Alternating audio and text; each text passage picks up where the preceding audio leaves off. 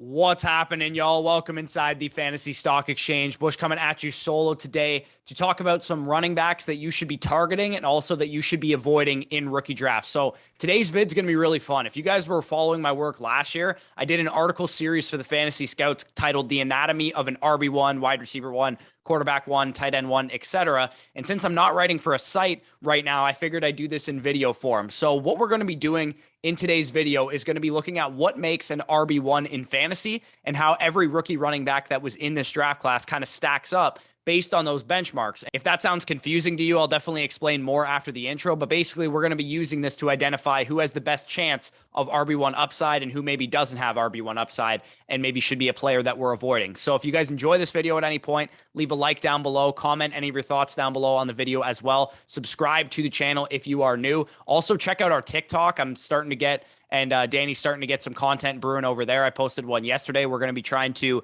answer some of your questions over on TikTok. We're going to be trying to, post separate TikToks and then also clips from videos over on the TikTok. So check it out, tiktok.com/fantasy stock exchange. Now let's hit the intro.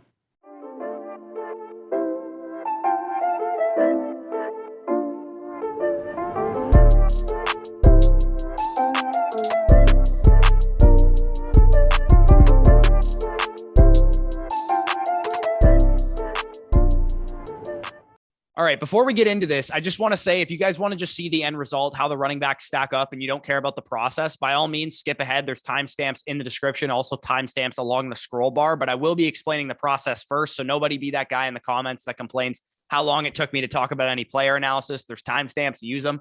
But basically, in this video, I'm going to be outlining a bunch of analytics thresholds that are based on RB1 finishers from 2015 to 2021. And basically what we're going to do is test these thresholds and see which ones were most common amongst those RB1 finishers, and then also test the current crop of rookies that we have from the 2022 NFL draft. So this exercise should help us create a roadmap for identifying sleepers at the running back position, also potential bust candidates, because it's all about checking boxes with these guys, right? Not necessarily saying, if this guy has a bad score in this area, then he can't be a good running back. It's all about checking boxes for RB1 ceiling, which is what we look for at the running back position when we draft these guys in a rookie draft. If player X, for example, checks 8 boxes and player Y checks 3 boxes, we should be more comfortable drafting player X. So that is what we're dealing with in today's video. So as you guys can see on the screen, this is a data set of running backs who finished in the top 12 in points per game from 2015 to 2021. This is using PPR points per game. So I'm sure you recognize all these names. They've been very, very good fantasy relevant running backs for the last couple of years. All these guys have finished as an RB1 at least one time since this time period, since 2015. There's a lot going on here. So let me explain what the colors mean and all that kind of stuff and the benchmarks that we're looking for. These are the running backs that finished as RB1s. Our goal is to determine and see which of these metrics has been most predictive. These metrics are based on, common knowledge of what have been predictive for running backs in the past. The color yellow means that they met the threshold that we're looking for. Red means that they didn't meet the threshold. And then green means that they exceeded it. So they were well above what we're looking for that threshold. So I'm going to go through and explain each one. There's 8 of them. Across each column is a different threshold. So number 1 is weight. The benchmark that I'm using here is 205 pounds because size for the running back position has shown to be predictive over time. I'm not saying they need to be 220 necessarily, just clear 205 pounds as a, initial benchmark. Speed score, similarly, based on how heavy you are, not necessarily just your 40 time, because a 4.45 at 225 pounds is way more impressive than James Cook, for example, who's 199 pounds running a 4.45. So we want running backs with speed, but we also want them to have size to complement that speed. And the threshold that I used here is a 50th percentile weight adjusted speed score or 95.0 or better. Draft capital is the third one that we're talking about here. Wanted to break it down to see the breakdown also between day 1 backs, between rounds 3 and round 2 backs, and also day 3 and undrafted backs. So I kind of broke it down and you'll see that in a second. Age, we also wanted to know how old were they on draft day? Were they, 23 years old when they got drafted? Were they 20 and a half years old? This applies directly to this class because there's plenty of running backs that were drafted highly this year that are older prospects. So to check this box or to meet this threshold, you needed to be 21.9 years old or younger when you were drafted. To exceed this threshold, you needed to be under the age of 21, and anybody over the age of 22 would be considered as somebody who did not meet this threshold. Early declare, did you declare for the draft as a true junior or a redshirt sophomore, or were you a redshirt junior, a senior, redshirt senior, etc.? Number 6 is BMI. And I actually use this as a disqualifier because when I was looking through these numbers, great BMI wasn't necessarily predictive of success at the running back position, but having bad BMI was. So we're using this more so as predictive of failure rather than predictive of success. Players needed to clear a BMI of 29.0 or in the 30th percentile. Number 7, which college dominator, which reflects basically how dominant they were over their college offense in their collegiate backfield, how much of the carries, yards, touchdowns, receiving work were they getting. This benchmark that you needed to clear was in the 50th percentile or a 24.5% college dominator rating.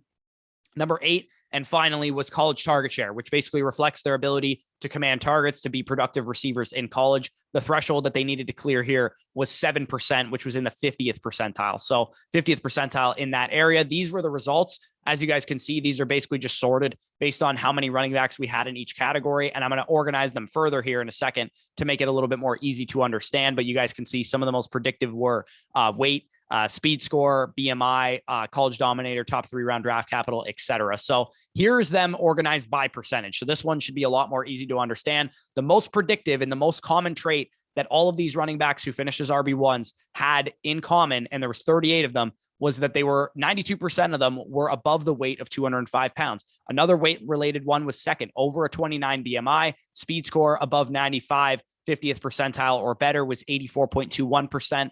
Over a 24.5% college dominator rating. So they had a feature workload in college. They weren't necessarily a committee back then. That was 84% of those guys as well. Top 3 round draft capital, 71%, a little bit lower than I actually anticipated, but still pretty predictive.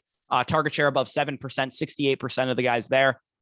And then the 2 least predictive ones were actually age-related things. So early declares and age 21.9 or younger. This was only about a 52% rate respectively in common among those running backs. So that's basically what ended up being the most predictive metrics among these RB1s. I also wanted to test among multi-time RB1 finishers. I'm not going to go over this one in depth like I just did because I don't want to make this video 45 minutes long, but I basically wanted to test and see if the percentages changed based on running backs who finished as multi-time RB1s. And in Dynasty, that's who we care about, right? We want the guys that when we draft them on our rookie drafts or on our Dynasty team are going to be year in, year out RB1 types like Christian McCaffrey, Saquon Barkley, some of the guys that we've seen drafted in recent years. There were 23 multi-time RB1s from 2015 to 2021. You guys can see them on the screen there. And if you want to access these tables, I'm actually going to post them to the Patreon. So if you guys want to be a member of the Patreon, obviously link down below for that. You'll get access to a lot of research related things. Me and Danny are going to start posting our show notes and all that kind of stuff, including stuff like this. So if this interests you, obviously link down below for the Patreon. You'll also get our Dynasty Rankings Manifesto, first dibs on Dynasty decisions, and a ton more. But I'm just going to skim over this one. These were actually the results of them. As you guys can see, some of the most predictive ones still being, weight, speed score, etc. And then these were the percentages. Not much changed in terms of which ranked the highest. In fact, nothing changed. It was the same order of traits, but the biggest change was actually the percentages of these traits. So the draft capital trait was only 71% in the first sample size of just guys who had finished as RB1s. In multi-time RB1 finishers, draft capital was nearly 12% more for sustained production long-term, which is important. It makes a lot of sense because if you have a fluke RB1 season, then maybe if you were a UDFA or whatever, you might not get that opportunity or that workload again, which is something we're seeing with a guy like Elijah Mitchell, who didn't finish as an RB1 this year, but was a late round pick who got lucked into a workload. Target share and college dominator combined for about a 10% increase as well. So for sustained RB1 production, it was more predictive to have guys that were good in the receiving game, as well as just being good at handling a big workload in college. So those were 2 things that I thought were interesting. The takeaway would be basically that RB1 seasons can happen, but long-term, what we care about in Dynasty were players who were productive in college, especially ones who could catch passes, and also guys that got good draft capital for that sustained long-term RB1 success. Like I said, from a value perspective, we also see this play out with a guy like Elijah Mitchell this year versus a guy like Travis Etienne, for example, because Elijah Mitchell, despite having a very productive rookie season, has not, shifted much in terms of his overall value. And we've actually seen his value go down in recent weeks with the drafting of Tyrion Davis-Price in the 3rd round by the 49ers, whereas Travis Etienne didn't play a single game his rookie season, but he has seen his value remain virtually unchanged despite that injury because he had a great prospect profile, was very productive, great receiving numbers, and he was a 1st-round NFL draft pick. So that's kind of how that plays out in real life. So now let's finally get to the guys that we're talking about in this draft class. And if you guys just skipped ahead to this part, this is where we apply the metrics that I was just going over in the previous sections to the current crop of prospects to see who's a good sleeper, who's, a guy that maybe we want to avoid in drafts, hence the name of this video, players that you should be targeting and avoiding at the running back position. So at the end of this table, I assigned a point value overall to score these running backs. And basically how I allocated the points was if you ranked green in anything, meaning you exceeded the thresholds that we're looking for, that was worth 3 points. If you met the threshold, that was worth 1 point. And if you missed the threshold, that was worth -2 points. So I wanted to reward guys that really went above and beyond, more so than the guys that were just missing thresholds overall. We can see exactly what we expected to start with just off the top. Breece Hall is the best running back prospect in this draft, which is, what we all should have assumed. He's a great running back prospect in general, not just in this class as well. I bet if I did this for the last 20 running back classes, Breece Hall would rank among the top 5, top 10 overall prospects from an analytics perspective. We know this about Breece Hall. The concerns I had about Breece Hall pre-draft were more so film related, not necessarily on paper. Kenneth Walker, we can see also, like we expected, looks like a tier of his own at the running back too. The only question mark being his college target share. Now let's get into the deeper names, because James Cook looks like a walking red flag, a score of -7, missed a lot of thresholds. And before I flame James Cook here, remember that this was just based on RB1s, their ability to be an RB1, which is an elite level ceiling that we're looking for. Am I saying that James Cook can't be a serviceable flex or RB2 for your lineup? Absolutely not. Of course, he could definitely be that level of fantasy relevant, but that type of ceiling is replaceable. RB2, flex consideration. You could have picked up a guy like Cordero Patterson, potentially off the waiver wire in a dynasty league, that would have given you that type of production this year. And same goes for just random fill-in RB2 guys that are filling in for guys with injuries. That type of production is replaceable, which is why I think James Cook is one of the more overvalued guys in dynasty rookie drafts right now, because he missed a lot of these thresholds. He misses some of the most important thresholds as well, like weight, like BMI, like college dominator, and then both of the age-related categories as well. So big time red flags for James Cook all over the place. A guy I am still fading in dynasty rookie drafts. My boy Tyler Allgeier, you guys knew I was going to probably highlight this. He actually ranks with the 3rd highest score of any running back in this class, and that's despite him going in the 5th round. He ranks highly in the most important categories too: size, BMI, speed score, dominator, and target share. And again, everybody assumed, well, how could he rank high in speed score because he didn't run that fast? But again, it's weight adjusted. So he, at a 224-pound running back, running a 4.6 flat is very, very impressive. It's different for a guy like Kyron Williams, who has to run in the 4.4s for it to be impressive because he's small. Tyler Allgeier also barely missed the age threshold by 0.1 years as well. So he almost ranked even higher than this and closer to Kenneth Walker. It was just the draft capital really that we're worried about with Tyler Allgeier. He still remains one of my biggest values and my biggest sleepers in dynasty rookie drafts right now. A couple other guys that stand out, one being Dameon Pierce, is going very highly in rookie drafts right now. It does look like he has a lot of questions, but he does rank in the most important areas very highly, like size, like BMI, like speed. So that's important for Dameon Pierce. But in terms of long-term sustained RB1 production, that might be a concern for him, because going to the Houston Texans, he might have an RB1 season this year, or an RB2 season this year. And then long-term, he's not really worth anything in fantasy. So that's something to keep in mind for a guy like Dameon Pierce. Rachaad White with a pretty solid 6 overall score here, tied for the 4th best in the class, ranking very, very highly production-wise, especially as a receiver, and barely cracking the BMI and size thresholds, just age-related concerns for him as a 23-year-old senior prospect. And then similarly, Patriots running back Kevin Harris actually ranks also tied for 4th in this class, ranks well outside the threshold for target share and draft capital because he went the 6th round, wasn't very productive as a receiver in college, ranks really well in terms of size, speed, all that kind of stuff, BMI, and some of the college dominator production related things.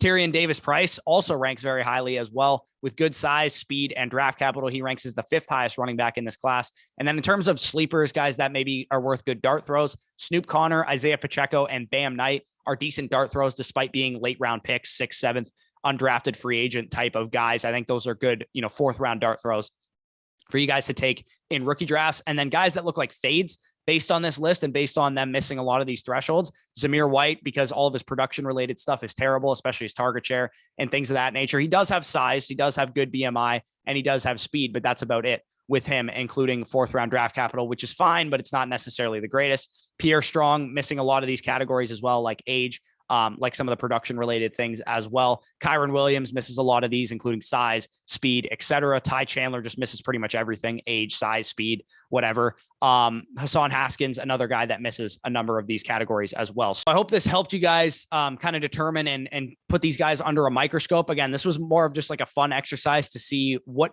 benchmarks and thresholds we're looking at for these running backs. I will be doing this for wide receivers on Friday, so stay tuned for that video. That one will probably be a little bit more production related, but it should be pretty fun to see how that one shakes out.